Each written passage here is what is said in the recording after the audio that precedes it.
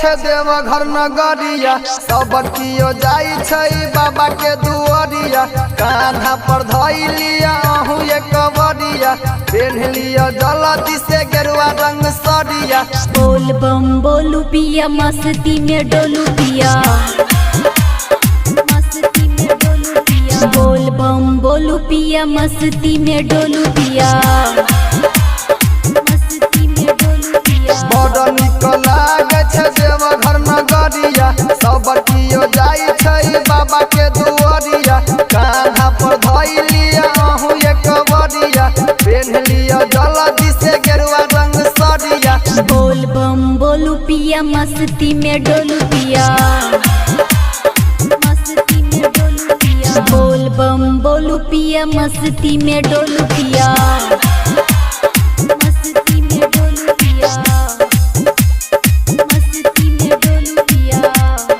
मस्ती में डोलू पिया डीजे छोटीलाल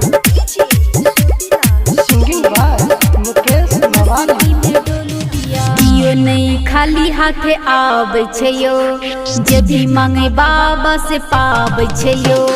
साचे बात जमाना जाने छे बाबा के महिमा के सब माने छे बोल बम बोलू पिया मस्ती में डोलू पिया मस्ती में डोलू पिया बोल बम बोलू पिया मस्ती में डोलू पिया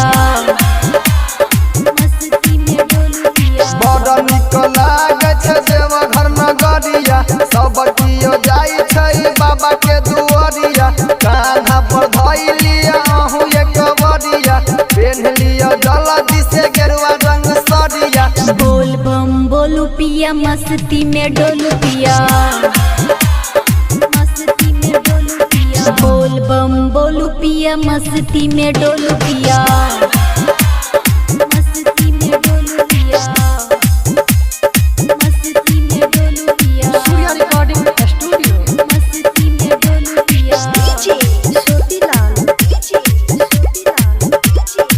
मस्ती में डोलू पिया सुनीली दर्दी भजन लिख छै यो ज्योति मुकेश गब सुनाबै छै यो दुख दूर होय छै एतय आबै से ये बाबा पर जलवा चढ़ाबै से ये